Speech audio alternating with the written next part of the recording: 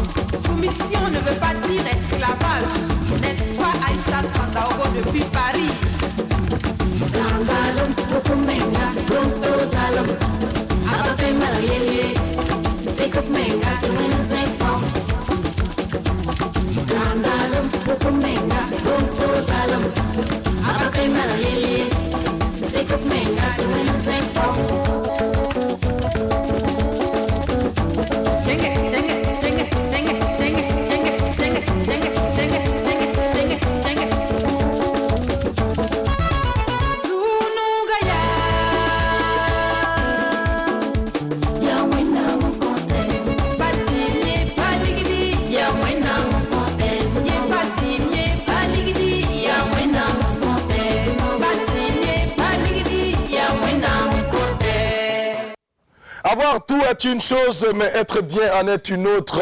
Le bonheur absolu pour chacun de vous, tel est notre souhait pour ce premier jour de la semaine en direct sur les antennes de la télévision nationale de Burkina Faso, à l'aventure de l'apéro déjeuner, le carrefour par excellence des hommes et femmes qui ont une histoire et un parcours à raconter. Eh bien, ce matin, lundi, nous allons dans un court instant installer notre invité sur notre chaise dans la rubrique Tranche de vie. Il s'agira, mesdames et messieurs, de parler avec lui, de le découvrir, mais aussi d'apprécier les ambitions de ce jeune homme qui, depuis donc l'Hexagone, essaie, mesdames et messieurs, de pouvoir donc être utile à son pays. Tout à l'heure, il va nous rejoindre donc dans la rubrique lorsque le moment sera indiqué. Mais avant, on s'en va donner la parole à notre cher ami Zediara pour le bonjour plein d'énergie. Et plein de vivacité. Je suppose, n'est-ce pas? Bien sûr, un bonjour plein d'énergie et plein de vivacité, Jackie. Bonjour à toi et bonjour Adèle. Alors Jackie, je vois déjà que tu es 5 sur 5 après avoir mis le feu.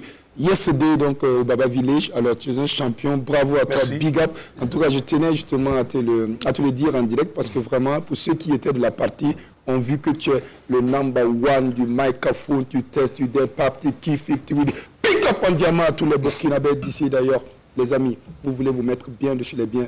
Vous savez, avec Jackie Elfeno et la Dream Team, tu testes, tu dead, pap, tu kiffes, 50 Widdy. Restez hyper connectés sur les antennes de la RTB. Le number one.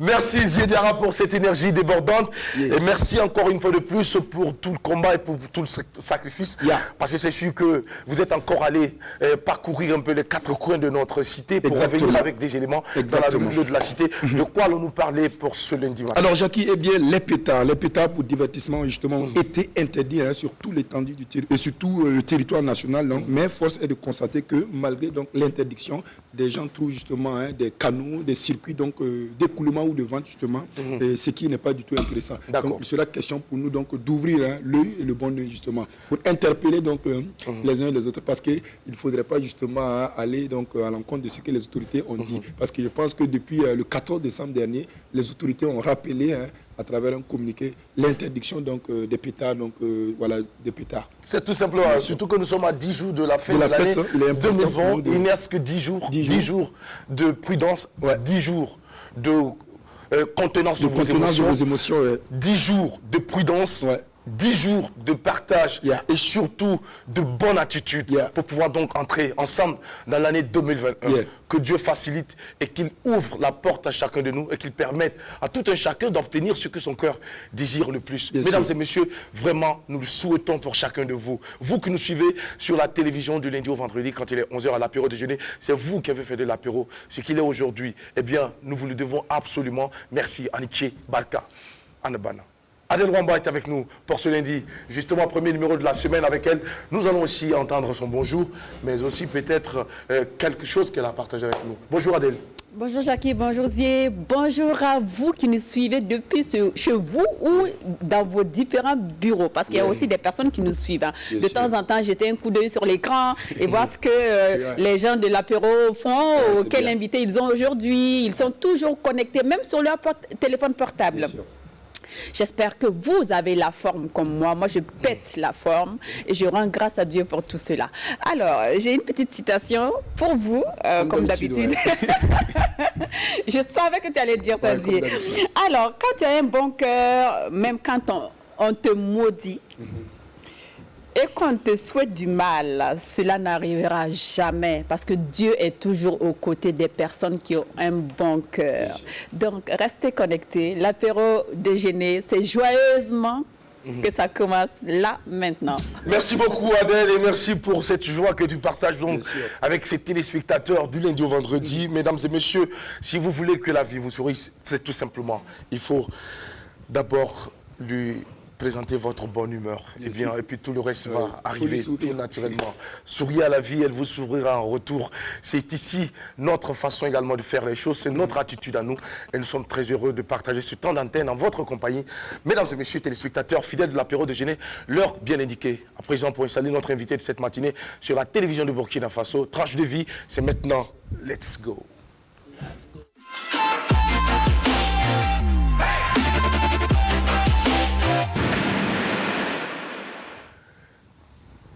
Mais avant de l'inviter à nous rejoindre sur sa chaise, mesdames et messieurs, voici pour vous le thème de cette matinée. Eh bien, nous sommes à 10 jours de la fête de fin d'année et de notre année, notre immersion dans 2021, dans 10 jours. Alors, que pensez-vous de ces fêtes de fin d'année? Que comptez-vous faire pendant donc le réveillon?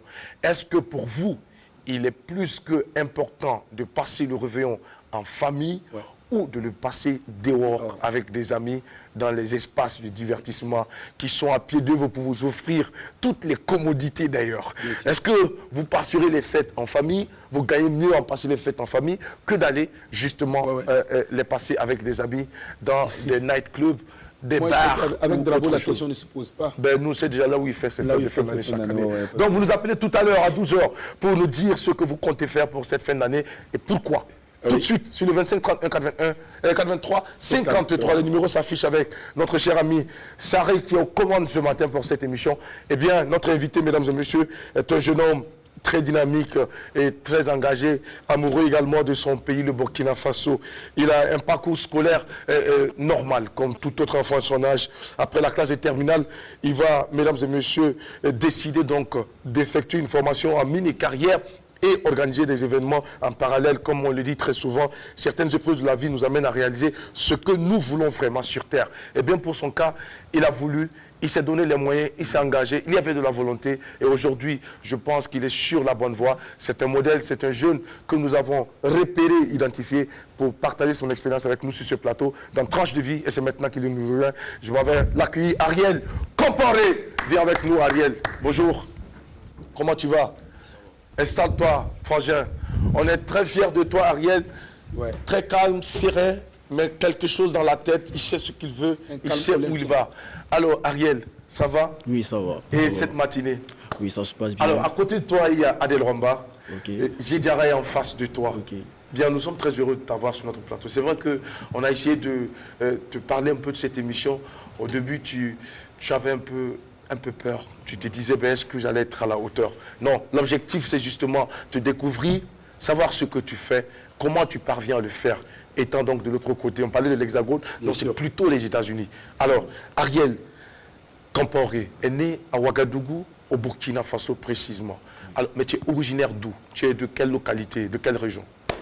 Ok, déjà je vous remercie pour ce plateau et je ne m'attendais pas et on m'a appelé hier pour me dire que je suis là, que je dois passer. J'ai dit ok, il n'y a pas de problème, je vais me préparer pour ça. Alors, je suis originaire du Burkina et je suis Comporé, Ariel Comporé, mon village c'est Zignari. Zignari, oui. D'accord. Est-ce qu'il y a longtemps que tu es parti au village parce que tu n'étais pas ici au Burkina? Oui, ça fait 2 ans maintenant, je suis hors du pays pour les études.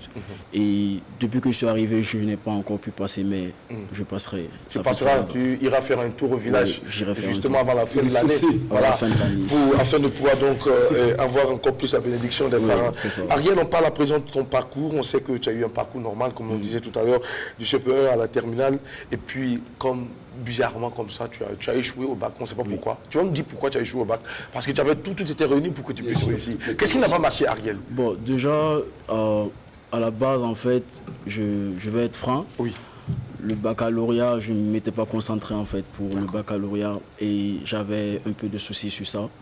Et bon, avec tout ce qui se passe dans la vie, j'ai carrément raté mon examen. Et bon, on dit toujours que souvent, il y a des bonnes choses qui se passent dans le mauvais côté. Quelque part, le malheur est bon. Merci. Et par là, je me suis investi à vouloir faire une formation en mini-carrière. Et par la suite, j'ai validé mon diplôme. Et il fallait maintenant, pour les vacances, commencer à faire quelque chose parce que je me sentais un peu libre. Je n'étais pas actif, en fait. Et il fallait que Et c'est là que j'ai recommencé dans l'événementiel. Et j'ai organisé mon premier événement en juillet 2018. Et bon, Dieu a ouvert les portes. Après, je suis parti aux États-Unis pour terminer les études. Et c'est par là que j'ai commencé à refaire surface dans l'événementiel. Moi, je vais revenir un peu sur ton échec au baccalauréat. Et les parents, comment est-ce qu'ils ont réussi cet échec? Qu'est-ce qui a été dit? Déjà, au Burkina Faso, on va être clair, le baccalauréat, c'est une réussite pour les parents, en fait. Premier diplôme universitaire. Premier diplôme universitaire. Donc, lorsque tu l'obtiens, tu es le chouchou des parents. On se dit que l'avenir est assuré. On se dit que l'avenir est assuré et les parents sont très fiers de toi. Donc, on va être clair, les parents n'étaient pas du tout contents. Mais bon, je peux dire que l'homme que je suis actuellement, ils sont fiers en fait. Malgré que je n'ai pas le BPC et le baccalauréat burkinabé, ils sont très fiers de ce que je suis. D'accord. Alors, est-ce que c'est l'événementiel qui t'a ouvert les portes de l'extérieur? Non, ce n'est pas l'événementiel. D'accord. À la base, je ne comptais pas aller aux États-Unis. Je voulais le Ghana ou la Côte d'Ivoire. Mais bon, c'est les États-Unis qui sont venus vers moi. Et j'ai pris la chance en fait. Et c'est ce que ça s'est passé ainsi. Alors, est-ce que papa et maman se sont impliqués dans ton départ pour les États-Unis? Oui. Est-ce que c'est eux qui ont supporté toutes les charges et autres? Oui, effectivement, les parents se sont impliqués. Se sont impliqués à ce que je puisse aller là-bas pour les études. Avant de parler de ton intégration aux États-Unis, parce qu'on sait que ce n'est pas du tout facile, surtout avec les jeunes burkinabés qui arrivent, c'est toujours très difficile.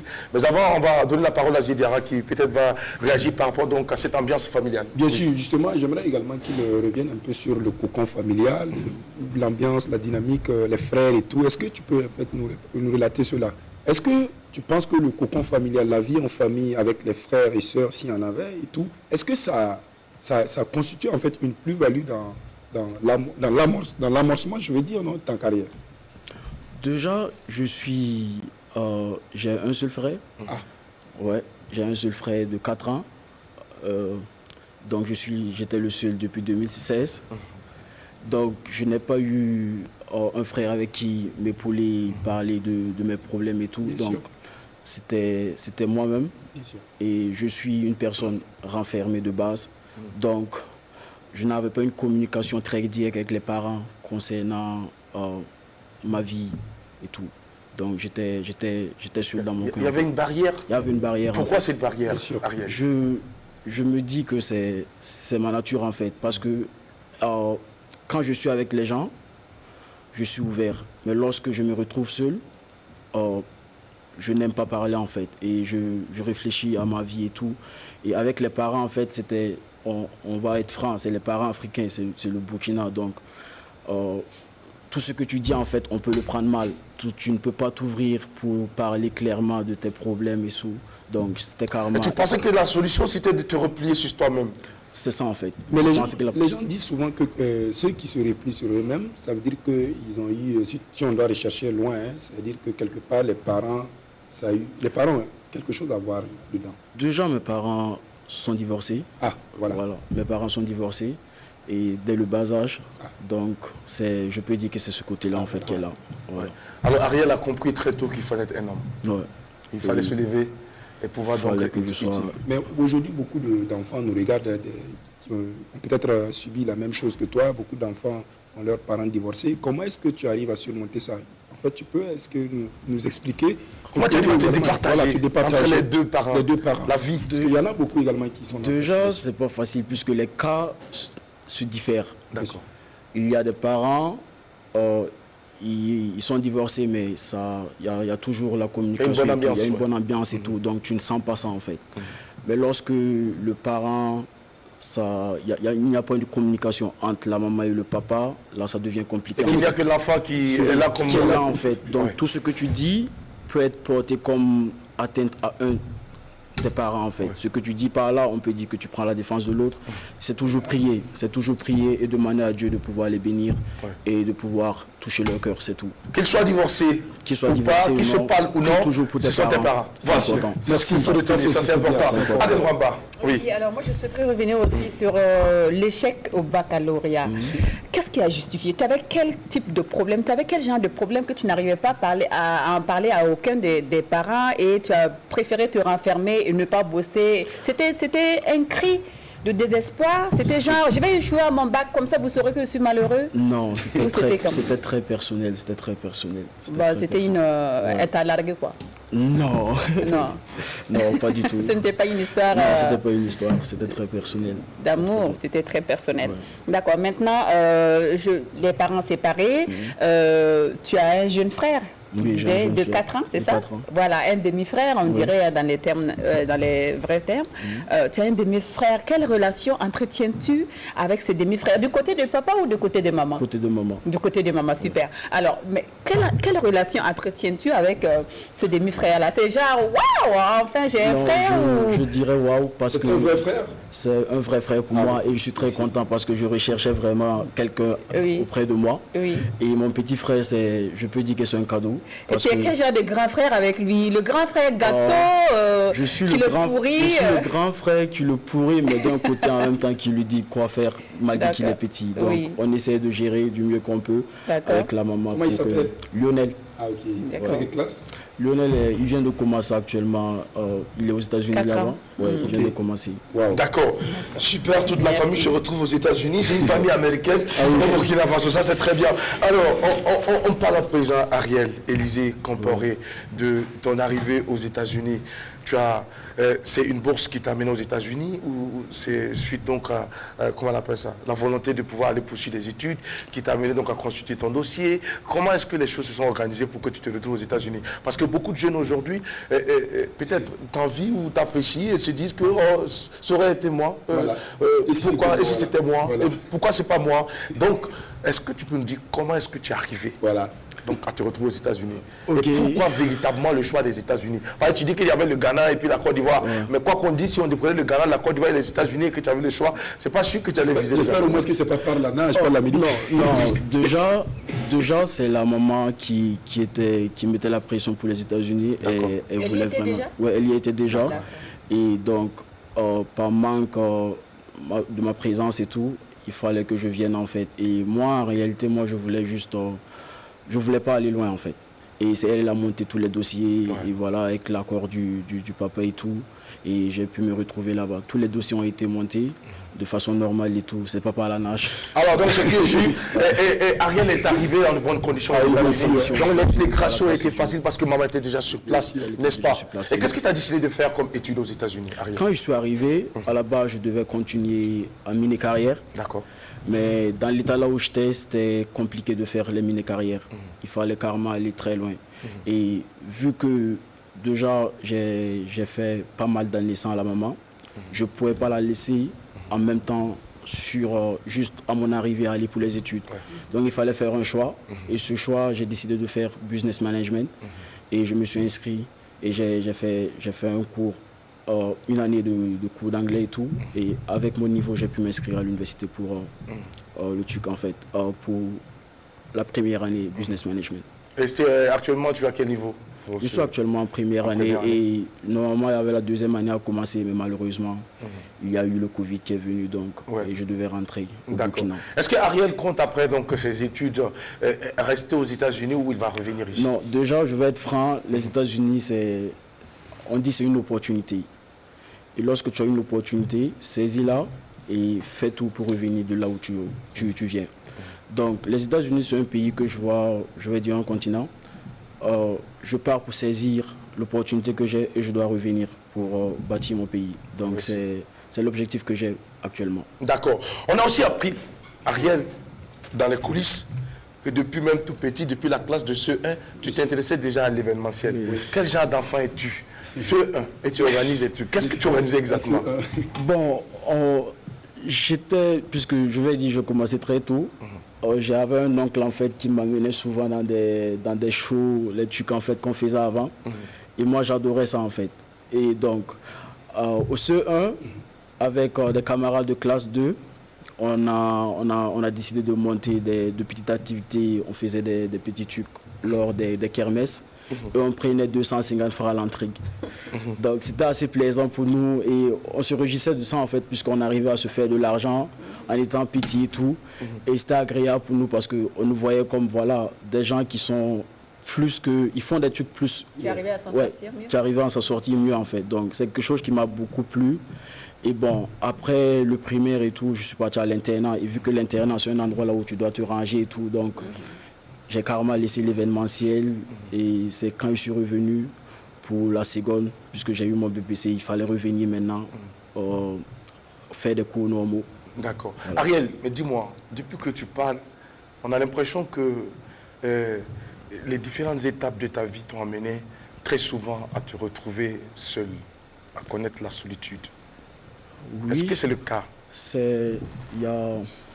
L'événementiel déjà, c'est quelque chose qui m'aide à me retrouver en public, À t'ouvrir. à ouvrir Oui. et à donner ce que j'ai comme idée, puisque je n'arrive pas à m'exprimer lorsque je suis avec des gens et tout. Donc, ce que j'ai comme idée, j'essaie de le transmettre au niveau de l'événementiel et voir les gens qui sont heureux à un projet que j'organise et tout, ça me fait plaisir. Donc, c'est un peu pour moi, je vais dire, Une forme d'échappatoire. ouais, une forme d'échappatoire. Mais j'adore. Alors, mais néanmoins, Ariel, tu as des amis autour de toi. Oui. Dis-moi exactement, qu'est-ce qui justifie ou qu'est-ce qui motive cette façon d'être, de toujours se sentir un peu seul, préférer se sentir seul? Est-ce que pour toi, les gens sont méchants? Les personnes ne sont pas aussi sincères? Est-ce que ce sont des rapports qui ne t'arrangent pas trop? Est-ce que tu as peur du C'est contact? comme je vous l'ai dit dès le départ, en fait. C'est quelque chose qui est ancré à moi depuis que je suis Tu petit. cherches en pas à fait. savoir pourquoi? Depuis longtemps, c'est un problème en fait qu'on me reproche. Parce qu'à la base, en fait, je me dis toujours en fait que ça dépend de quelle enfance tu as eu. Et tout commence dès le bas âge, en fait. Si dès le bas âge, tu étais un enfant qui était karma pendant que les autres s'amusent, toi tu es dans ton coin et tout, tu grandis malheureusement avec ce défaut-là. Et c'était ton cas? Et c'était mon cas malheureusement. Et vu que je grandis et que j'ai besoin... C'est une Ouais. personnalité. Mais bon, c'est perçu comme un défaut Dans la société. Ouais, normalement. Parce que souvent, tu n'arrives pas à dire les choses de façon masquée. Ben, je préfère le dire franc, et quand je le dis franc, Ça blesse. ça blesse. Et du coup, tu te fais moins d'amis. Et du coup, je Et me tu fais moins préfères te d'amis et replier je sur préfère me toi-même. replier. Et je préfère... tout ce que je fais, j'essaie de le faire bien, parce que quand je demande, par exemple, à quelqu'un de le faire et que la personne ne s'applique pas à le faire, c'est compliqué pour moi. Et je préfère te dire clairement, en fait, que ce que tu fais, c'est pas ça. Et je ne sais pas maquiller la vérité, c'est ça le problème. Il ne sait pas maquiller la vérité. la vérité. Et encore, ce qui est plus intéressant, c'est lorsque tu demandes quelque chose à quelqu'un qui n'arrive pas à le faire, que tu lui dises en face, mais que tu ailles le faire aussi. Ouais, Tu parles je le le faire. faire. Je Pour peux lui le montrer faire. que tu peux le faire. Quand je suis dans la mesure. C'est ça qui est important. Tu restes avec nous, on parle de tes activités que tu as lancées, parce que on sait que ce jeune homme, c'est vrai qu'il est très jeune dans l'événementiel, mais il a supplé plus d'un en organisant déjà deux événements majeurs qui aujourd'hui sont en train de grandir. Ce sont des bébés qui vont peut-être un jour être également de grands rendez-vous culturels, parce que c'est un garçon également qui est amoureux de sa culture, même si quelquefois il est très souvent replié, il aime quand même la culture, et avec la culture, on brise les barrières, avec la culture, on va à la rencontre des gens, avec la culture, on se donne encore une autre envie de vivre et de rire et de sourire dans la vie.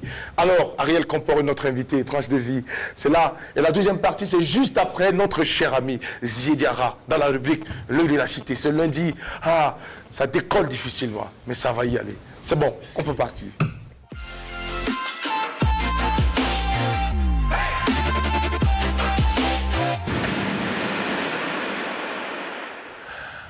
L'œil de la cité, lundi, Ziediara est avec nous.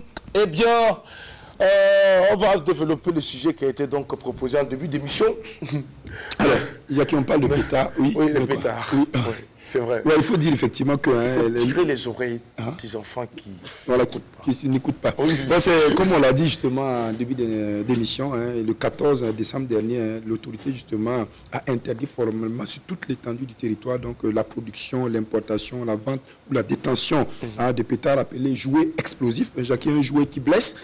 C'est justement un communiqué qui justement vient à point, surtout que nous sommes, tu l'as dit en début d'émission, à l'orée des fêtes de fin d'année. Et on voit aussi que beaucoup d'enfants s'amusent justement à jouer avec donc, ces pétards-là que nous qualifions justement de dangereux. On va voir tout de suite une image, l'exemple d'un pétard qui malheureusement a détruit. Jacques, regarde l'image, c'est vraiment c'est dangereux. Et ça, c'est un pétard qui a causé cela. C'est quoi? C'est un pétard qui a complètement détruit la main donc, de quelqu'un.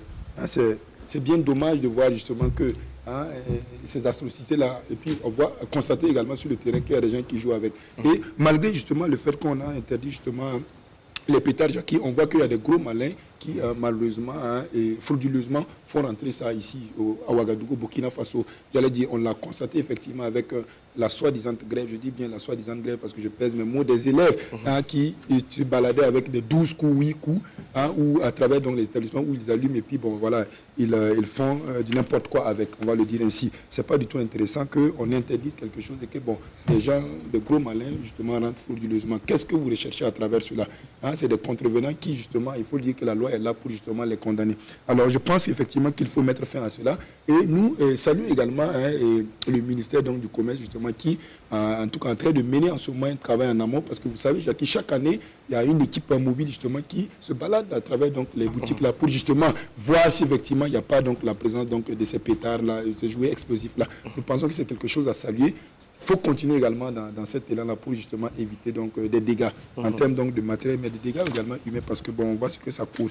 Alors, Jackie, sans trop, justement, insister sur la question, nous appelons également une fois de plus les enfants à éviter donc d'aller payer ces pétards-là, aux parents également de surveiller leurs enfants. Il ne faudrait pas les enfants qui viennent justement leur demander « Papa, donne-moi l'argent, je vais aller payer Dynamique ». Et il y a des parents également qui donnent, qui pensent qu'effectivement c'est pour leur bien. Sans oublier que les pétards peuvent justement détruire l'œil de son enfant ou justement... Ou l'enfant de l'autre. Ou l'enfant de l'autre. Ouais. Donc je pense que c'est un jeu qu'il ne faut pas jouer également. Donc l'œil de la cité ici interpelle donc les parents, mais également aussi les commerçants également, qui se jouent les gros malins. Jackie, on ne va pas trop tirer sur la ficelle. Voilà un peu l'essentiel du message de la cité en ce début de semaine. Merci beaucoup, Zidiara, mais laisse-moi ajouter quelque chose à vos propos. Bien sûr.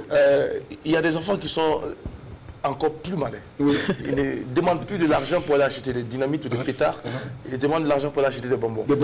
Maintenant, toi qui lui donnes l'argent, si tu ne suis pas à la trace pour savoir où est-ce qu'il va avec l'argent, c'est là il ira acheter les dynamites et venir exploser quelque part. Tout à l'heure, en rentrant, Jackie, en émission, et il y a un des techniciens qui m'a fait justement une confidence, je ne vais pas citer le nom, il a dit, qui expliquait la dangerosité justement donc, des pétards là. Il a dit que lui, je crois en 2012, a pris les 12 coups. Il était en train de péter ça, pam, pam, pam. Donc, et quand il pensait que c'était fini, il a fait comme ça pour regarder. Donc, le temps de remettre la main comme ça s'est explosé. Donc, c'est-à-dire qu'il a fallu de peu pour qu'il perde son œil. Wow. Donc, c'est dire effectivement que c'est très dangereux, il ne faut pas jouer avec. Si les autorités ont pris l'initiative d'interdire, je pense que ça a tout son sens. 12 coups, si vous êtes distrait, au 11e coup, vous pensez que c'est fini. Et ça vous fait perdre. Et c'est le 12e coup qui viendra vous sauver. Réaction Ariel. C'est vrai que tu es jeune, tu as connu ça. Ouais. Est-ce qu'aujourd'hui, avec un peu de recul, est-ce que tu penses que ces mesures qui sont prises par les autorités pour interdire donc la commercialisation, la production, la commercialisation sur le territoire national est une bonne chose? Oui, avec du recul, en tout cas, on voit, puisque c'est quelque chose qu'on a eu du plaisir à faire, mais c'était très dangereux. Oui. Et avec tout ce qu'ils ont mis en place pour lutter contre ça, c'est vraiment très important parce qu'on a eu des amis qui se sont blessés au cours de ces jeux, en fait. Donc, ça vraiment à très prendre au sérieux. C'est à prendre au sérieux. Alors, Ariel Comporé, il y a un nom que je vais te donner. Tu vas me dire ce que cette personne représentait pour toi. Okay. Yannick Sankara, Afrielba. Hommage à lui d'abord. Ouais. Yannick, en réalité, je ne l'ai pas connu personnellement. C'est par le biais d'une amie que je l'ai connu. Et en organisant en fait la première édition du festival de la pâtisserie FESPAT qui s'est passé l'année passée en 2019, juillet 2019. Et dans l'événementiel au Burkina, rares sont ceux-là qui prennent les jeunes au sérieux. Parce que quand tu es jeune et que tu pars vers une personne pour demander de l'aide, c'est rare en fait. On te voit en fait comme un plaisantin en fait. Donc, et quand la fille en question elle est partie voir Yannick, Yannick a dit qu'il n'y a pas de problème, il va nous soutenir. Il a carrément fait en sorte qu'on puisse avoir de la visibilité avec Afrielba, que vous connaissez. Et il nous a même aidé financièrement. Et moi, je ne le connaissais pas. Et carrément, en fait, c'est quelque chose que moi, dans ma tête, en fait, il fallait que je rentre pour le rencontrer. Ouais. Et j'étais aux États-Unis lorsqu'on m'a annoncé son décès. Et c'est quelqu'un que j'ai toujours dit, il faut qu'on le mette en avant en fait. Et cette année, à la deuxième édition du FESPAD, j'ai demandé à ce qu'on fasse un hommage. Ouais. Une hommage à Yannick Sankara. Et on l'a fait en fait. Et c'est que il a cru en nous. Il a cru en nous, il a cru en ce que nous faisons. Et il a vraiment apprécié, il a ouvert son cœur. Et bon, on dit toujours que ce que Dieu fait est bon, mais nous le portons dans nos cœurs. Et Alors, nous prions pour lui. Ça m'a permis de faire cette transition justement pour parler de ce festival de pâtisserie qui aujourd'hui fait partie donc des tout premiers festivals qui met en lumière justement, qui met sur un piédestal cette question donc de pâtisserie ici au Burkina Faso. Qu'est-ce qui a motivé le choix d'un festival de pâtisserie? Est-ce parce que Ariel est un consommateur friand de la pâtisserie ou comment est-ce qu'est née cette idée? Pourquoi ne pas avoir un festival de viande ou festival de... Ok, merci beaucoup pour le nom. Le festival de viande en fait, lorsqu'on montait festival de la pâtisserie, des gens ont proposé qu'on organise festival de viande en fait. D'accord. Et moi, je ne suis pas au Burkina. Mais je me suis dit que si tu dois envoyer quelque chose, il faut que ce soit quelque chose de nouveau. Oui. Et on va être franc, le Burkinabé aime la viande. D'accord. Donc, c'est bon, écoute, en attendant sur ce plateau, il y a quelqu'un aussi qui aime la viande. ok. On aime pas la viande alors. Donc, quand on lançait le festival de la pâtisserie, j'ai dit, bon, la pâtisserie en fait, c'est quelque chose qui regroupe une famille en fait. Et moi, je voyais ma famille regroupée lorsqu'il y avait mon anniversaire. Un gâteau, ça regroupe la famille. Un gâteau, ça regroupe quelque chose, c'est sensationnel en fait. Lorsqu'on coupe un gâteau, c'est qu'il y a un événement. Il y a de la convivialité autour du gâteau. Il y a la famille et c'est intéressant. Ouais.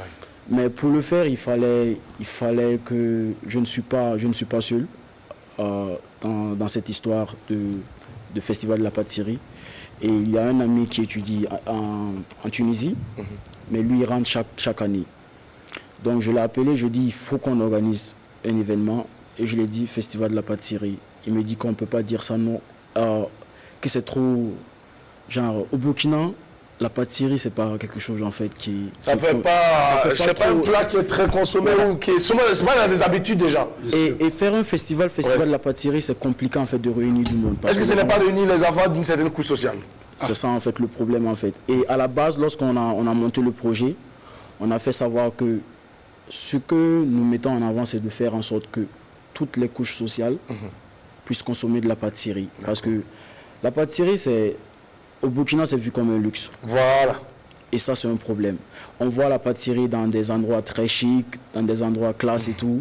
Et toi, tu n'es pas de ce milieu-là, c'est compliqué pour toi de la consommer. Puisque tu ne peux pas célébrer un anniversaire. C'est un anniversaire. Pourtant, ce que la femme, la bonne dame fait au quartier, c'est de la pâtisserie. Ah ouais.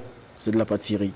Et donc, on a monté le projet, on s'est dit que bon, si c'est compliqué, c'est que c'est bon. Il fallait le faire en fait. Et si c'est compliqué, c'est que c'est bon. Que c'est bon. Et bon, avec toute l'équipe, on a essayé de monter ça et à deux mois avant l'événement qu'on a monté l'événement. Et bien sûr, de gauche à droite, on nous disait pour réaliser un événement, on ne se lève pas 2 mois pour le faire.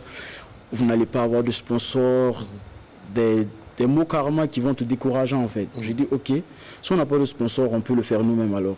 Donc on a travaillé à le faire nous-mêmes, avec bien sûr l'aide de quelques personnes qui nous ont accompagnés, qui ont cru au projet, qui ont cru à la jeunesse que nous sommes.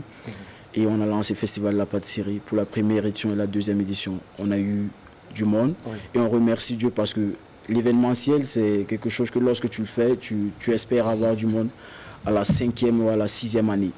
Mais on l'a eu et on remercie Dieu pour ça, car c'est quelque chose auquel on ne s'entendait pas. L'événementiel n'est pas chose aisée. Et vous l'avez fait malgré le peu de moyens que vous aviez donc à votre disposition. Et aujourd'hui, c'est un bilan déjà satisfaisant pour un parcours comme le vôtre, parce qu'en 2 années, vous dites déjà que c'est déjà bien. Donc on espère que d'ici les années à venir, vous allez encore faire mieux, mettre la barre encore plus haute pour le bonheur donc des amoureux ou des friands de la pâtisserie ici au Burkina Faso. Alors ça s'est déroulé exactement où? Et comment est-ce que le festival se déroule? Est-ce que ce sont des stands que vous mettez à disposition des participants et qui exposent justement la gamme variée donc de pâtisserie, ou c'est comment ça se passe exactement? Déjà, le festival, on a choisi de l'organiser à Faso Park, parce que c'est un lieu très stratégique. Faso Park, c'est un lieu emblématique. Ouais. On a grandi dedans. Bon, nous qui sommes de la génération. Rares sont les jeunes de certain âge qui n'ont pas... C'est un endroit que lorsque tu passes et que tu vois un événement, tu sais automatiquement que voilà, il y a quelque chose et tu es obligé de t'arrêter en fait. Donc ça a été choisi très stratégique. Et par rapport au FESPAT, puisqu'on l'abrège FESPAT, Festival de la pâtisserie, on met les stands à disposition de ceux-là qui désirent exposer leur savoir-faire en pâtisserie et en quelque sorte aussi les mettre en vente en fait. Tu viens et on essaie pour cette 2e édition, on a essayé d'innover en demandant aux gens carrément d'expliquer un peu ce qui se passe derrière en fait, ce qu'ils voient. C'est que lorsque tu t'approches, on te dit que bon voilà, ceci on fait ça, ceci on fait ça. Et c'est quelque chose en fait que on essaie de faire quelque chose que les autres ne font pas. Parce qu'on dit toujours que lorsque tu veux réaliser quelque chose, un business qui est déjà présent, sois intelligent lorsque tu l'envoies. Il faut innover, il faut créer quelque chose que les autres n'ont pas et il faut influencer les autres. Donc, pour la première et la 2e édition, les gens ils étaient satisfaits. Pour la première édition, on a eu du mal, bien sûr, à avoir des stands de pâtisserie parce que les gens, on va dire, ils étaient hésitants. Ils se disaient que festival de pâtisserie, est-ce qu'il y aura du monde? Est-ce qu'on pourra vendre ce qu'on va... Si on prend le standard à ce prix, est-ce qu'on pourra vendre ça et ça? Mais certains sont venus et à la 2e édition, apparemment, Dieu a fait de telle sorte que plus de monde puisse venir par rapport au stand en fait. Donc, on était vraiment très contents de pouvoir respecter le thème en fait. Parce que lorsque tu peux dire festival de la pâtisserie et tu viens et qu'il n'y a pas de pâtisserie, c'est pas intéressant. Et cette année, on a pensé aussi, le thème cette année c'était jeunesse et sécurité routière. Parce que cette année, principalement, on a eu beaucoup, bon, il y a toujours eu de décès, mais cette année, principalement, il y a eu beaucoup de décès par rapport à ça. Et même le frère Yannick Sankara succombé par rapport à une situation pareille. Donc, on a décidé de mettre ça sous le thème de jeunesse et sécurité routière. Et on a travaillé à mettre ça en avant, à sensibiliser. Parce que il y a un événement, c'est festif, mais il faut aussi sensibiliser. Il faut donner une morale derrière tout ce que l'on fait.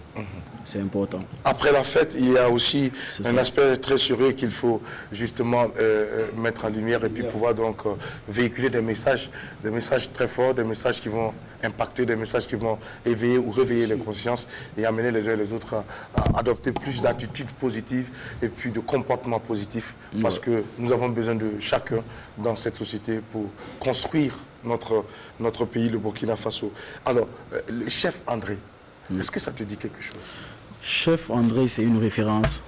Chef André, c'est une référence parce que si tu veux faire un événement de bouche, il faut aller voir ceux-là qui maîtrisent. Donc, on a eu une approche vers lui et il était ouvert, il était très sympa. Et même quand je suis venu, je l'ai vu personnellement. Il a beaucoup apprécié le projet et c'est quelqu'un qui donne des conseils. On a beaucoup aimé son état d'esprit. Il était vraiment très ouvert par rapport au projet. Et à la première, à la 2e édition, il était le parrain. Et il nous a même invités à son événement. Et on a même eu à parler de notre événement là. Et c'est quelqu'un que j'apprécie. Je l'apprécie beaucoup parce que moi je dis toujours, lorsqu'un jeune vient vers une grande personne, un aîné, et que cet aîné se fait bas, cet aîné te donne les conseils qu'il faut pour réaliser quelque chose, il faut respecter cette personne-là.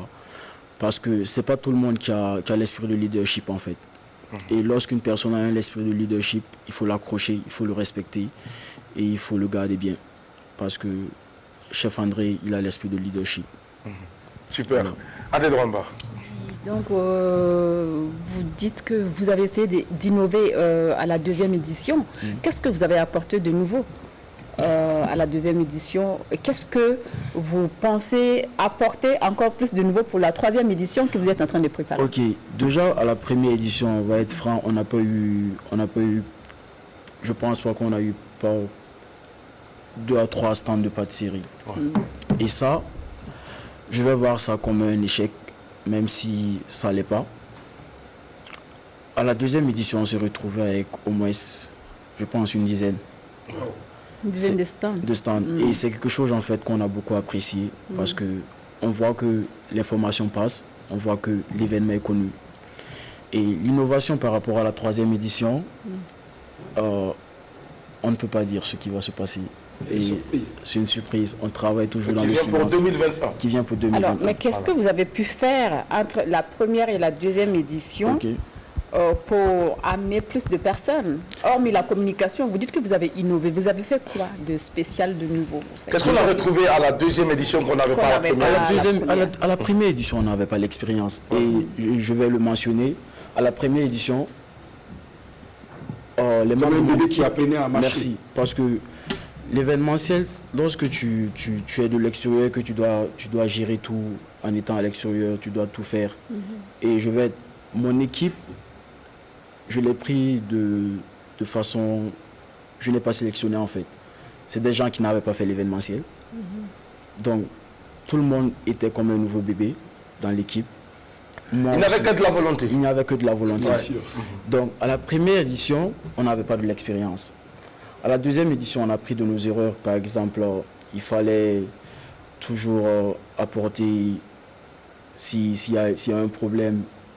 À la première édition, par exemple, on a eu des problèmes concernant l'organisation. Comment faire pour anticiper la communication, par exemple, se prendre à temps, puisqu'on a organisé l'événement à 2 mois à l'avance. Et à la deuxième édition, carrément, on a envoyé une stratégie de communication qui est plus pertinente que celle qu'on avait utilisée à la première, qui a fait qu'on a pu avoir ceux-là qui peuvent s'intéresser au projet en fait. Et on a fait plus les approches, on est allé vers ces personnes-là. Les approches ciblées. Merci. Et on a travaillé à ce que ces personnes-là nous fassent confiance et nous aident à pouvoir faire grandir leur business. Le business, bien sûr. Ouais. Donc c'est quelque chose en tout cas qu'on apprend. On apprend toujours. Je dis toujours qu'on apprend parce qu'on n'est pas encore au top. Ce n'est que la deuxième édition. À la troisième édition, on attend toujours innover dans l'organisation et dans tout ce que l'on fait, dans la décoration et tout. D'accord. On va rester dans cette même veine, dans cette même dynamique donc d'activités, d'événementiels, de festivités et autres. Parce qu'on sait que Ariel, c'est vrai que tu n'es pas au Burkina Faso, tu es aux États-Unis, mais tu as un regard encore tourné vers ton pays régulièrement à travers donc ces événements que tu organises chaque année. Il y a aussi ce festival donc que tu as lancé Afropolitan. Afropolitan, c'est quoi pour quelqu'un? Est-ce que tu veux nous dire que l'événementiel, il y a quelque chose dedans? On gagne quelque chose véritablement? Vu qu'il parle de business. Déjà, l'événementiel en fait. Est-ce qu'au Burkina, l'événementiel nourrit son homme? L'événementiel nourrit son homme si et seulement si tu persévères. Tu persévères parce que il n'y a pas de métier qui ne nourrit pas son homme. Je dis toujours ça. Lorsque tu choisis un métier, sois le meilleur dans ce que tu fais et ça va te donner de quoi manger. Mais les départs sont toujours difficiles. Et lorsque Afropolitan, en fait, c'est un concept que j'ai... Parce que je dis que lorsque tu as la chance de voyager, tu vois plusieurs trucs, en fait. Tu vois qu'il y a des trucs que tu peux réaliser. Et ça t'ouvre l'esprit. Déjà, à la base, Afropolitan, c'est un brassage culturel, en fait. C'est un brassage de plusieurs pays. Et on essaie de créer un truc africain et moderne à la fois. Parce que nous, les jeunes, on a grandi dans un milieu là où on avait l'habitude de nous dire vous êtes trop moderne, vous êtes trop quoi, il faut être comme nous, genre la mentalité ancienne en fait. Bien sûr. Et on n'écoute pas les jeunes. Je vais être franc, on n'écoute pas les jeunes. Afropolitan, en fait, on essaie de combiner ancienne mentalité et nouvelle mentalité. C'est ce qu'on essaie de faire. C'est quoi tu appelles ancienne mentalité? Quand je dis ancienne mentalité, c'est quoi? Déjà, on va nous dire, on s'habille d'une façon... Nous, les jeunes, on ne s'habille pas en face d'enfanie, on ne fait pas quoi. Ou bien, Vous habillez comme les Blancs. On s'habille comme les Blancs. Bien sûr, c'est le terme. Et Afropolitan, tu vas venir à Afropolitan, tu vas voir un jeune qui s'habille comme nos grands-parents, en face d'enfanie, mais dans le contexte dans lequel il est, c'est un contexte moderne en fait. Et à la base, même quand tu viens à Afropolitan, tu bois la boisson dans une calebasse. D'accord. Donc c'est quelque chose en fait qu'on essaie de prendre la culture africaine et on assimile ça à la culture moderne. En fait. C'est sur une fusion de la tradition et de la modernité. D'accord. On ne veut pas qu'on nous dise de laisser la modernité parce que c'est l'avancée du monde en fait. C'est l'évolution du monde. C'est le développement qui fait ça en fait. Mais ne pas aussi oublier. Mais ne pas aussi oublier d'où l'on vient. Donc on essaie de combiner les deux et à créer quelque chose d'extraordinaire. Afropolitan, c'est sur 3 phases. Actuellement, on est sur la phase soirée. Et la deuxième phase, c'est un festival qui est dans une année que l'on prépare. Et il y a la troisième phase qui est un tourisme en fait. On essaie de faire voir le Organiser Burkina. des excursions pour visiter les sites touristiques. Et on essaie carrément de mettre le Burkina avant, puisqu'on a un compte YouTube, on a un compte Instagram sur presque tous les réseaux sociaux, qu'on essaie de mettre en avant le Burkina. Et Afropolitan, c'est un concept qui peut faire venir du monde, qui peut faire venir des investisseurs. Donc on travaille en sorte à ce que des gens de l'extérieur puissent voir ce qui se passe en Afrique, des gens de l'extérieur puissent voir ce qui se passe principalement au Burkina, que l'on ne se dise pas que non, voilà, le Burkina c'est un pays là où il y a que du malheur et tout. Il y a des gens qui vivent, il y a bien sûr, il y a une situation qui est sécuritaire un peu compliquée, mais je dis toujours que pour un pays se développe, on doit montrer ce que nous savons faire, ce que nous savons... je ne sais pas comment le dire. Ce que nous savons, ce que nous pouvons faire. Merci. Et il faut qu'il y ait plus d'investisseurs au Burkina. Et nous, avec la vision qu'on a, on travaille à ce que le Burkina soit un pays de référence au niveau de la culture. Ouais. On amène les investisseurs par la culture en fait. Il faut qu'il y ait des investisseurs qui viennent donner un véritable coup de fouet à la culture. Il faut qu'ils viennent injecter de l'argent parce que le budget national n'est pas assez pour gérer les questions culturelles. Je ne dirais pas que le budget national n'est pas... Non, alloué à la culture. Et il faut vraiment mettre le Burkina en avant parce qu'on a un potentiel culturel et on a beaucoup... Est-ce que vous êtes soutenu dans vos événements quand vous partez voir le ministère de la Culture? On va être franc. On a un soutien. On a un soutien de façon... On dit toujours, c'est pas le bien matériel qui compte en fait. Parce que lorsqu'on s'approche, soutien moral. Et là, moi, je remercie toujours Dieu en fait, lorsqu'une personne ne te donne pas le cash, mais qu'il t'asseye et qu'il te dit, voilà ce que tu dois faire, voilà ce que tu dois faire. Et toi-même, travaille à ce que, de mettre tout ce que... Parce que tous les événements qu'on organise, on essaie de mettre notre propre argent. Et lorsque tu vois et que tu adores, tu aimes ce qu'on fait, tu viens par toi-même en fait. Parce que c'est important d'être indépendant. Lorsque tu es indépendant, si une personne vient vers toi, te propose un truc, tu te suffis à toi-même pour te dire que bon voilà, et ce que tu dis, je n'aime pas, ou bien ça ne me convient pas, peux-tu arranger ça, peux-tu faire ça, et tu te dis que bon, même si la personne n'est pas là, tu peux travailler et te rendre grand. D'accord, Zidiara. Oui, à vous écouter, vraiment, je suis émerveillé. Je me dis, mais attends, est-ce que ces promoteurs d'événements qui sont au niveau de la diaspora, qui sont au niveau de l'autre côté, soit de l'Hexagone ou des States, est-ce qu'ils pensent comme toi? Est-ce qu'aujourd'hui, il y a une, j'allais dire, entente entre vous qui êtes là-bas, parce qu'ils sont nombreux également, ceux-là également qui sont des promoteurs d'événements et tout. Est-ce que vous arrivez à vous approcher? Est-ce que vous avez une vision commune? Une vision commune. Est-ce que vous avez envie de venir? Parce que voilà, quand je vous entends dire, mais écoutez, voilà, il faut penser à investir au pays. Ça veut dire que vous avez, on sent l'attachement, on sent l'amour, on sent le patriotisme. Est-ce que vous arrivez comme ça à embarquer les autres avec vous? Bon, j'ai des amis avec qui on est sur le même terrain. On travaille en tout cas à ce que le Burkina soit vraiment grand. On est jeunes. C'est des gens que je respecte, je ne citerai pas leur nom. Mais en tout cas, je dis toujours que c'est un don. Quand j'ai un projet que je te parle, tu sens que je suis à fond dedans et tu veux faire pareil en fait. Donc ça c'est un don que j'ai eu. Donc lorsque je parle avec ces personnes-là, en fait, ces personnes désirent vraiment investir au Burkina et on travaille à le faire. On travaille vraiment à le faire. Et au niveau de l'événementiel, je ne connais pas. Il y a des aînés sûrement qui font l'événementiel, qui sont à l'extérieur, mais je ne les connais pas personnellement. Et bien sûr, ici aussi, il y a des aînés qui font l'événementiel. Il n'y a pas pris d'initiative pour les rencontrer? Bon, je ne les ai pas encore rencontrés. Et puis bon, c'est l'événementiel. Donc, au Burkina, en fait, on a cette mentalité on n'a pas la mentalité de leadership. Il y a des gens au niveau de l'événementiel, c'est karma.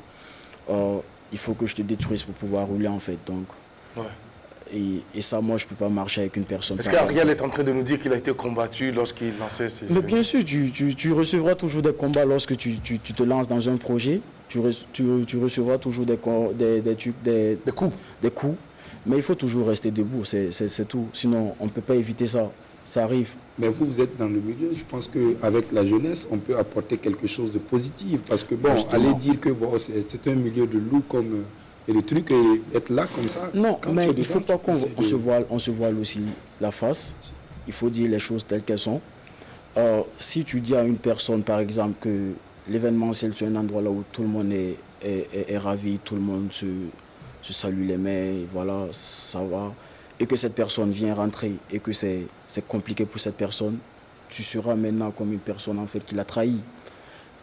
Vaut mieux préparer la personne psychologiquement, lui dire ce qu'il y a, et là maintenant, la personne se prépare en connaissance de cause. Et lorsque tu viens, tu sais comment travailler, tu sais comment avancer, et tu sais comment te faire de la place. C'est ça.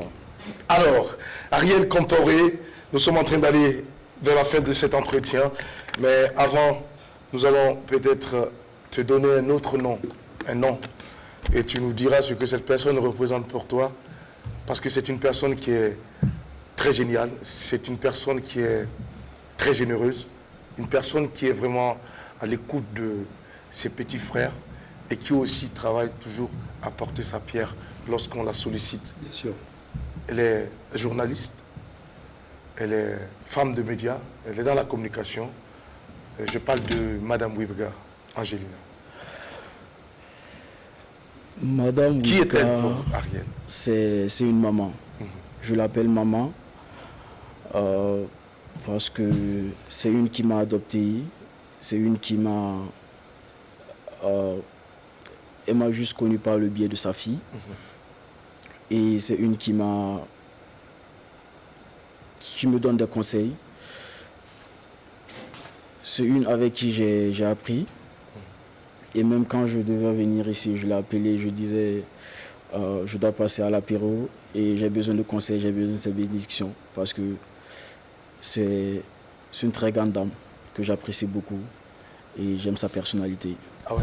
Et ça, tu peux augmenter le volume parce que c'est une dame dont l'humilité m'a convaincu et m'a rassuré qu'il y a encore des personnes qui peuvent être à un niveau social de la vie, mais qui savent également faire balle à terre lorsque des situations arrivaient. Voilà, c'est une dame qui est vraiment à l'écoute. Et moi, franchement, j'ai beaucoup de respect pour elle, Madame Angelina Wibga. Et Monsieur Wibga, si vous m'écoutez en ce moment, recevez toutes mes salutations, mes hommages pour cette merveilleuse famille que vous constituez. En tout cas, merci beaucoup Ariel d'avoir justement partagé ce témoignage avec nous et puis envoyer donc ce très beau message à l'endroit de la famille Wibga qui sans doute recevra l'écho donc de ce bonjour et de cet hommage. Alors, tu restes avec nous pour la suite de cette émission. Le téléphone, il est ouvert à présent, 25 31 423 53. Alors, que comptez-vous faire pour les fêtes de fin d'année? Aller en boîte avec les amis, vos copines, vos copains, ou rester en famille pour le réveillon? Appelez-nous et dites-nous et le pourquoi. Pourquoi vous avez choisi d'aller en boîte?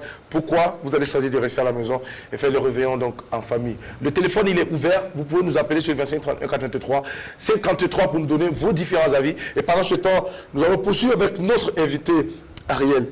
Alors, on nous a très souvent dit, Ariel, que lorsque la diaspora se retrouve de l'autre côté, et ce qu'on nous montre sur les réseaux sociaux est bien différent de ce qui se passe sur le terrain. Les selfies. Alors, toi, Ariel, c'est vrai que tu es étudiant, mais est-ce que tu te contentes seulement de faire les études ou de faire des petits boulots aussi à côté? Il y a un artiste qui chante une chanson que derrière mes selfies, je barre, genre je travaille. Oui. Tu travailles. Je tu travaille. vas développer cela tout de suite. On prend quelqu'un et puis on revient. Bonjour. Oui. Comment vous allez? Oui, ça va. Ça va bien. Comment vous appelez, madame? Allô? Allô?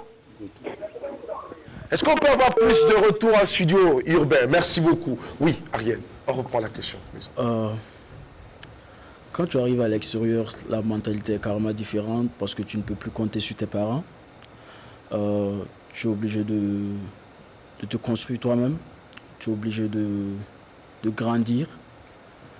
Et c'est une expérience très, très, très intéressante parce que tu commences à être indépendant.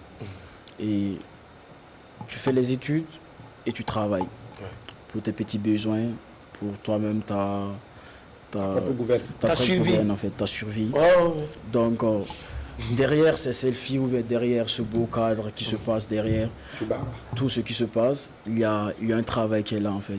Parce que souvent tu ne dors pas la nuit.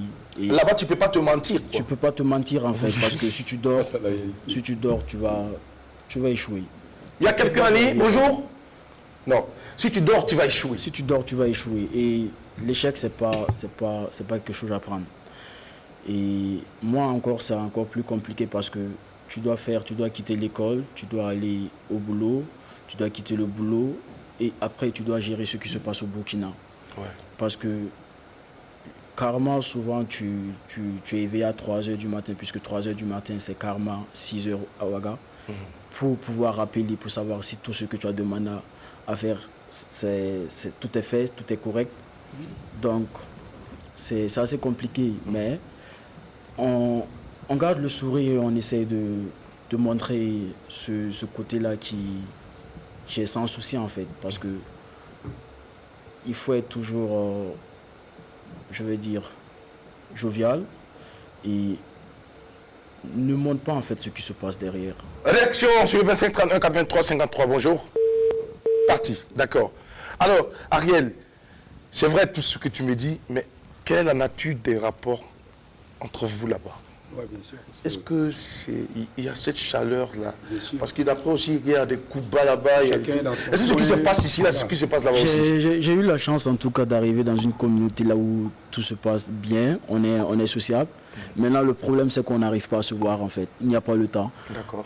Tout le monde va qu'à ses occupations et lorsque vous vous retrouvez peut-être c'est par appel et voilà pour juste savoir si tout va bien et voilà s'il n'y a pas de soucis et tout. D'accord. Donc côté social on est calé et en tout cas pour ma gouverne en tout cas. Vous faites partie de l'association des Burkinabés Non, puisque je suis dans un état là où il n'y a pas plus de 10 Burkinabés. L'État, c'est quoi? Virginia. Virginia. On a quelqu'un en ligne, on revient tout à l'heure avec toi, Ariel. Bonjour. Merci. Bonjour, Jackie le prénom. Oui, bonjour, comment ça va? Il a beaucoup d'énergie. Vraiment, il y a point ici à Guinée équatoriale. Guinée Ibrahim, fils d'un Kodogo. Kéré Ibrahim, l'enfant du Boulgou profond, celui qui a eu la chance de connaître la lumière grâce au Gouroussi. Bonjour. Yes. Ah, d'accord, tu vas bien. Alors, quelle nouvelle depuis la Guinée équatoriale? Vraiment, il n'y a rien de bon. On est en train comme ça, on est en train d'enquêter seulement. Il y a du monde ici, vraiment. Ah bon, vous êtes déjà au 31 là-bas? On est déjà les traînés parce qu'on est en train de vendre les habits, les soucis, tout, tout. Donc ça sort. Il y a l'argent. Ah, vraiment, ça sort. Donc ça marche là-bas actuellement pour toi? Ah, vraiment, ici, là, j'ai laissé les enfants travailler, quoi. Ici, dehors, même en train de faire l'appel. Ouais, le Big Boss est parti faire les appels, laisser les enfants travailler. Il n'y a pas de souci. Alors dis-nous, Kéré, comment tu comptes fêter 31 décembre? Bon, pour le moment, le 31 de cette année-là, vraiment, je préfère rester à la maison avec ma femme. On va préparer, manger et D'accord. on va te donner les conseils et puis ça va. Vous allez me donner les conseils. D'accord. Il n'y a pas de souci. C'est sacré Bissa, depuis la Guinée équatoriale. Merci de nous avoir appelés. On va te souhaiter une belle semaine. Vraiment, merci aussi à... Allez, à très bientôt. Alors, Ariel, tu dis que l'État s'appelle comment? Virginie. Virginia, Virginia. Il n'y a pas beaucoup de Burkinabés là-bas. il n'y a pas beaucoup de Burkinabés. Très, très, très raciste aux États-Unis là-bas. Ouais. Et comment tu arrives à t'en sortir là? Si c'est un État raciste, si tu confirmes ce qu'Adèle vient de dire. C'est réel. Heureusement, je vais dire heureusement et par la grâce de Dieu, on est dans un côté assez paisible. Parce qu'aux États-Unis, les côtés racistes en fait sont généralement les côtés là où il y a la brousse en fait. Donc Virginia a un côté karma là où il y a la brousse. Ok. Et on n'est pas là. On est dans la ville en fait, Richmond. Et là, le racisme, il est présent, Modéré. mais modéré. On est très modéré. Il est très modéré et les gens font très attention à eux parce que tout ce que tu peux dire peut être un problème pour toi en fait demain. Donc c'est très modéré là. Donc Comment on vous arrive avez en tout cas. vécu ça, les attaques contre les Noirs récemment? Comment est-ce que vous avez vécu effectivement ça? Vous avez eu des manifestations d'abord Bien aussi. sûr, il y a eu des Ouais, manifestations. Bien sûr, puisque étant étudiant, il faut que tu sortes et étant noir aussi, il faut que tu sortes pour parler de ça, pour montrer ton mécontentement et tout. Donc c'est quelque chose qui fait chaud au cœur. Et il faut toujours prier. Je remets toujours tout à Dieu. Et tu demandes toujours à Dieu de pouvoir te protéger contre tout ce qui se passe. Parce que c'est une situation, on dit toujours, tu n'es pas chez toi. Et ça Quand n'arrive tu n'es- pas. Ça n'arrive pas qu'aux autres en Aux fait. autres, ouais. Donc, Est-ce qu'on t'a déjà dit là-bas que tu n'étais pas chez toi? Non. Non, karma. Ou négro, petit négro. Personne n'a eu le courage de me dire ça en fait. D'accord. Alors Ariel, nous sommes en train d'aller vers la fin de cette émission.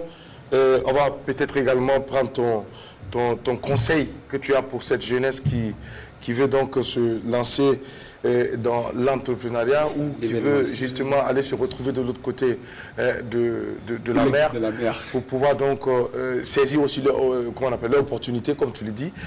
Quel est le message que toi tu as pour cette jeunesse-là? Cette jeunesse qui pense qu'il n'y a pas de possibilité de réussir ici et que forcément il faut se retrouver de l'autre côté.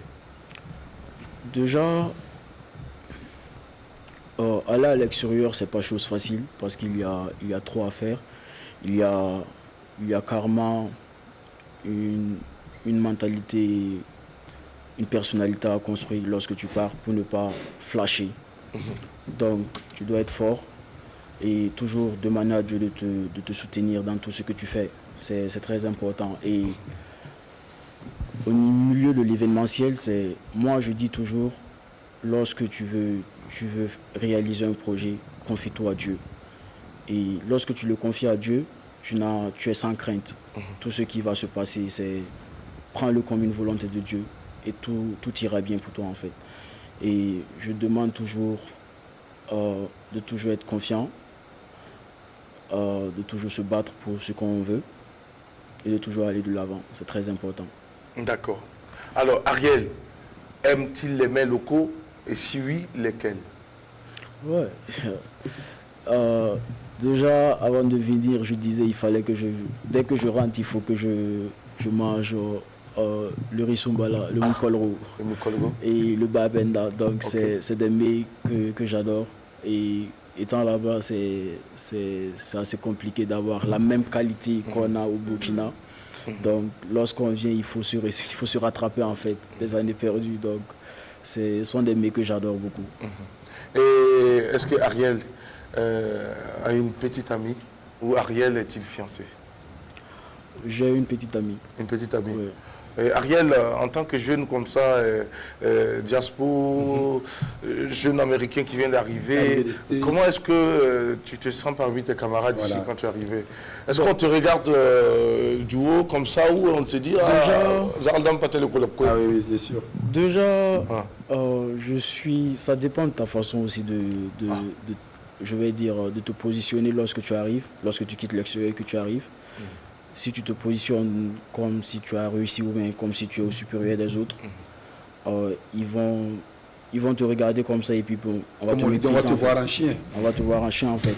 Et moi, lorsque je suis arrivé, mes amis le savent, carrément je me confonds en fait aux autres. Et j'évite vraiment, même étant à l'extérieur, j'évite vraiment de m'habiller comme un Américain, parce que je ne veux pas en fait qu'on me voit comme ça et je ne veux pas qu'on me voit comme une personne qui est différente des autres, qui est au-dessus des autres en fait. Donc, carrément, non, je ne le fais pas. Ariel, les fêtes de fin d'année, tu comptes les faire en boîte ou tu vas rester en famille ou avec la pépé?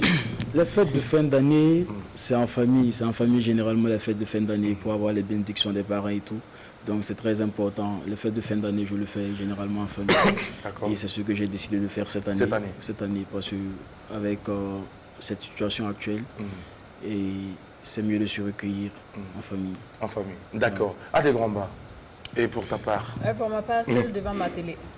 Et je vais me faire un bon taux bien chaud avec du piment. Faites d'aller, ça. En train de regarder. Faites d'aller, ça va. Même de la voix est choquée. En train de regarder Babaï. Même de la voix est choquée. Voilà, c'est ce que je voulais dire. En train de regarder les programmes de la RTB devant la télévision. Pas de problème, pas de circulation, pas de prise de tête. Devant mon taux, tranquille. Sarabo, faites d'aller. D'accord. Oui, non, mais nous, chez nous, en fait, papa nous a l'habitude également à faire la fête en famille. Donc, cette année, on va pas déroger à la règle. On va la faire justement en Fafa. Bon, comme Adèle l'a dit également, c'est dire quand on fait ça en famille, pour éviter de sortir, capte la télévision nationale, tu es là, tu es peinard, tu regardes sur Bye Bye ou une autre émission. Ça va faire plaisir alors. D'accord. Bien, moi je vous souhaite en tout cas d'être heureux dans ce que vous allez décider de faire. Si c'est la bonne option, ben, tant mieux. Et bien, si vous avez envie aussi de prendre un peu d'air, il faut le faire aussi, si ça peut vous faire plaisir.